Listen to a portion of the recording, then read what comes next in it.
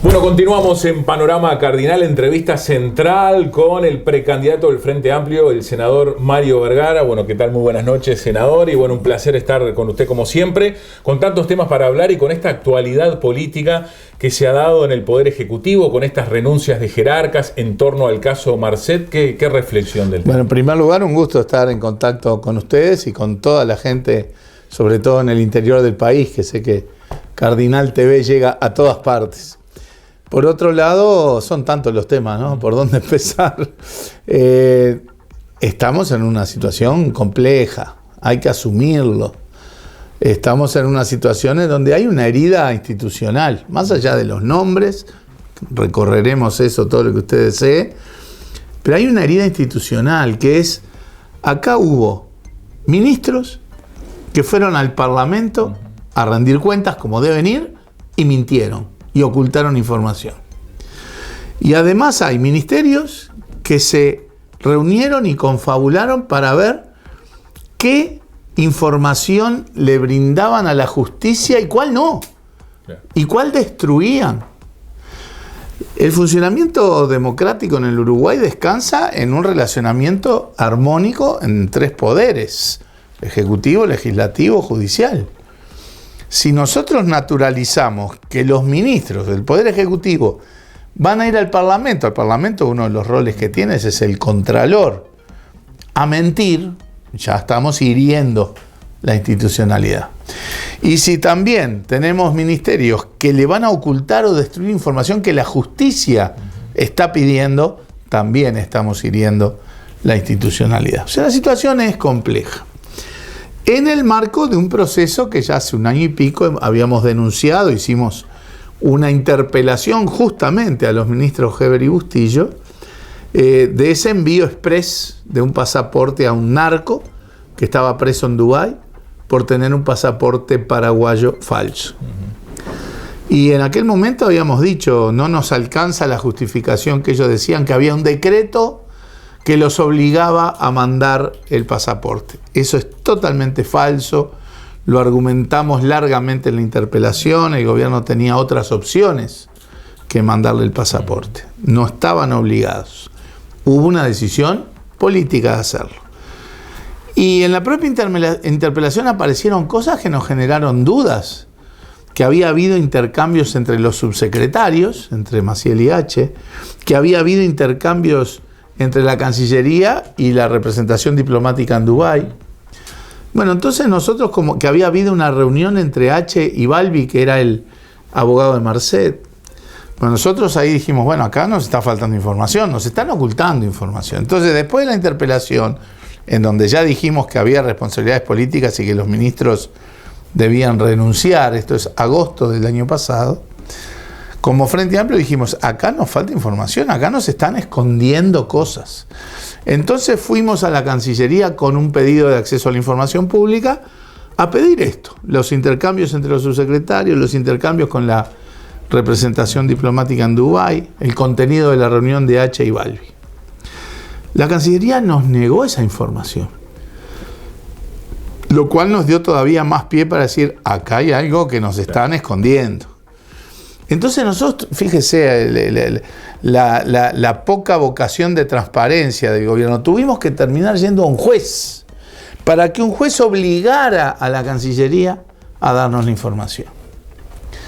Y ahí aparecen estas cosas, que en realidad quedaba claro de esos chats que el gobierno sabía perfectamente quién era Marcet cuando le dan el pasaporte, que era un narco pesado, peligroso. Incluso el subsecretario de Interior dice, y que sería terrible que quedara libre. Pues quedó libre porque le mandan un pasaporte express, ¿verdad? En tiempo récord.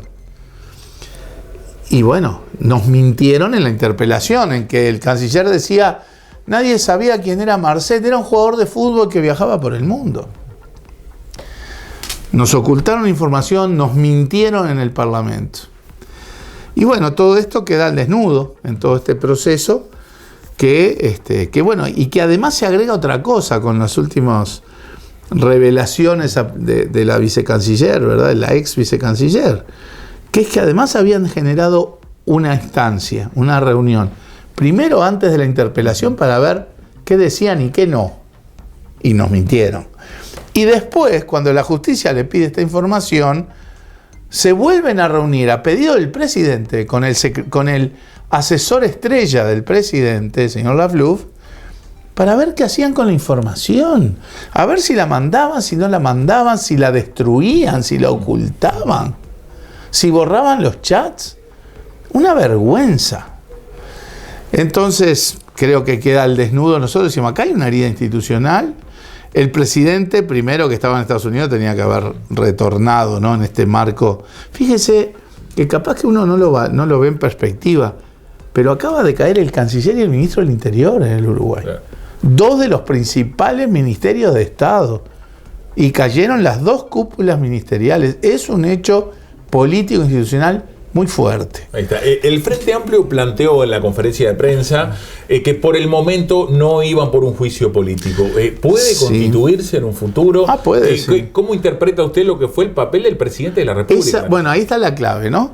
Yo creo que quedan claros los roles y las responsabilidades de quienes cayeron, incluido el asesor del presidente. Lo que no queda claro es cuál fue el rol del presidente. Porque el presidente va y viene con las cosas, ¿no? Dice, no, mi asesor no va a hacer nada sin que yo se lo indique. Bueno, pero entonces estaba al tanto de lo que estaba pasando en esa reunión. Él manda a convocar esa reunión, pasa a saludar. Sabía que esa reunión estaba teniendo lugar y quiénes estaban ahí.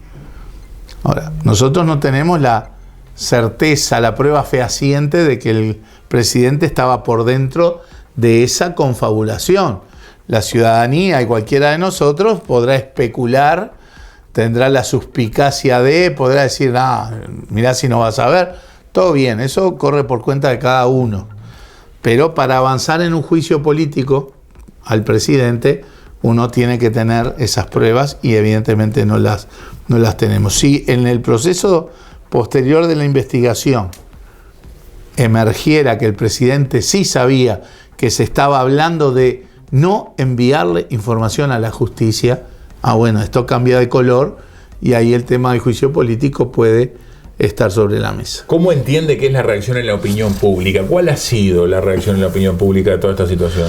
Bueno, aparentemente hay algún sondeo que indica que incluso dentro de los simpatizantes de la coalición hay una tercera parte que está viendo esto con extrema preocupación. Porque son hechos que dan a especular, a tener suspicacia de debilidad institucional, de corrupción, de cuál es el rol del narco. Y no le hace bien a nadie. Esto no le hace bien al sistema político. Obviamente podrá herir más al gobierno, pero no le hace bien al sistema político. Por eso es que es preocupante, es muy preocupante.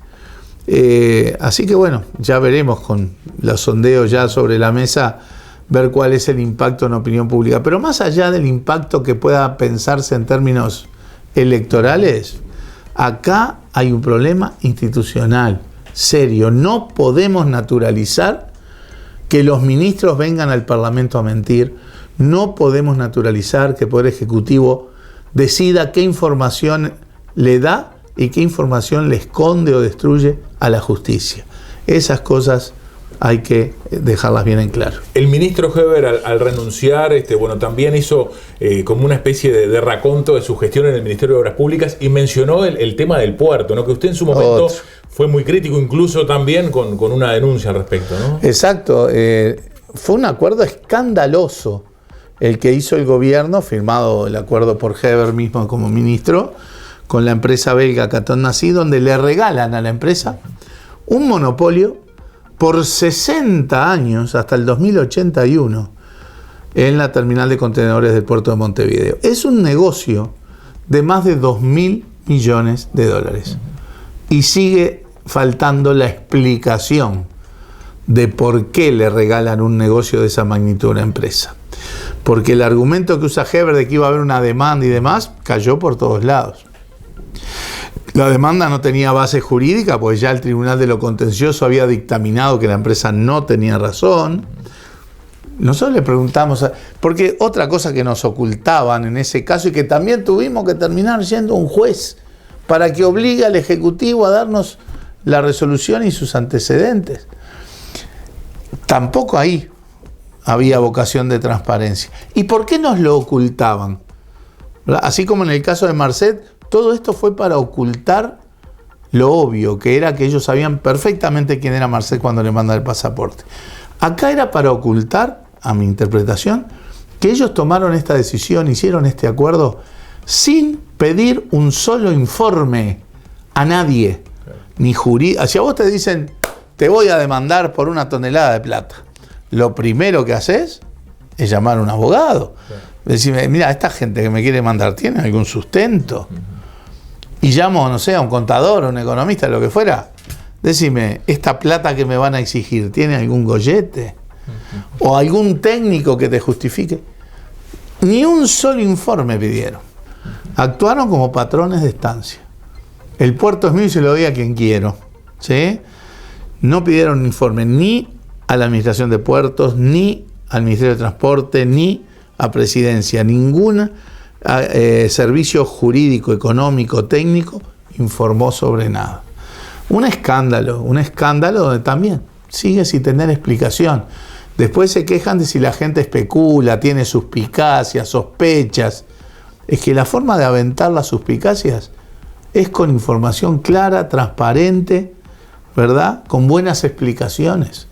Y ni en el caso del puerto, ni en el caso de Marcet, hay explicaciones que lo justifiquen. Usted integró en su momento un poder ejecutivo, ¿no? ¿Cómo queda un poder ejecutivo cuando se dan tantas renuncias, ¿no? Tantas remociones de ministros, de secretarios de Estado, como se ha dado en este periodo? Y bueno, muestran en primer lugar que aquello de estamos preparados era un deseo, pero no era una realidad. Porque han caído la mayoría de los ministros. Y ahora han caído 2 ministros, vuelvo a decir. Hay ministerios que son los ministerios de Estado, los relevantes, que son 4. Todos son importantes, por supuesto. Defensa, Interior, Economía y Relaciones Exteriores. De un plumazo caen 2 de los 4. Después de haber caído varios ministros, ¿no? De Ambiente, Turismo, Vivienda, ¿no? O sea, está claro que la recomposición se está dando con capacidades bastante menores incluso, ¿no? Ahora, el MIDES también en su queda momento. mucho tiempo de aquí al proceso electoral. Usted decía, bueno, que no quería opinar con fines electorales y demás, pero ¿puede incidir? Sin duda, sin duda. Mire, un caballito de batalla de todo este gobierno siempre fue, bueno, capaz que esto no lo hacemos bien, pero antes lo hacían peor. Pero en los gobiernos del Frente Amplio no hay 2 frases seguidas que no menten al Frente Amplio y a su gestión. En comparaciones muchas veces absolutamente falaces o directamente falsas. Ahora, como no podía ser de otra manera, tenía que aparecer el caballito de batalla del caso Sendik. Incomparable, incomparable. Pero pongámoslo en términos electorales. El caso Sendik, mucho menos, profundo que esto que estamos viviendo ahora, pero claro, era el vicepresidente de la República. Sí. ¿Nos terminó costando electoralmente? Sí. O sea, la ciudadanía nos castigó por eso y perdimos la elección. Y bueno, con esto que está pasando, con toda esta acumulación de Puerto, Marcet, Astesiano, Ministerio de Vivienda, Ministerio de Interior, Penades, etcétera, etcétera, bueno, yo creo que sí va a tener impactos electorales, que la gente va a castigar toda esta secuencia de bochornos, y tienen que perder las elecciones. Ahí está. La reunión que convoca al presidente del Frente Amplio, ¿qué se transmitió allí? En realidad no se le adelantó. ¿Meramente informativa? Informativa, pero hasta ahí, porque no se le transmitió en concreto las decisiones de a quién se le aceptaba la renuncia o no. Fue un intercambio, bien, siempre son buenos esos intercambios, pero la verdad que fue más para la tribuna que para otra cosa, porque no hubo mayor contenido. El Frente Amplio había definido, y es lo que traslada Fernando Pereira, que es hay que reparar el daño institucional, el presidente tiene que anticipar su venida, tiene que destituir a los ministros y a su asesor, que no fue lo que pasó, solo aceptó las renuncias, y tiene que hacerse cargo, porque el otro problema es que el presidente acepta las renuncias, pero diciendo, pero acá todo el mundo actuó bien. Entonces la pregunta lógica es, ¿y si todo el mundo actuó bien? ¿Por qué le aceptan las renuncias?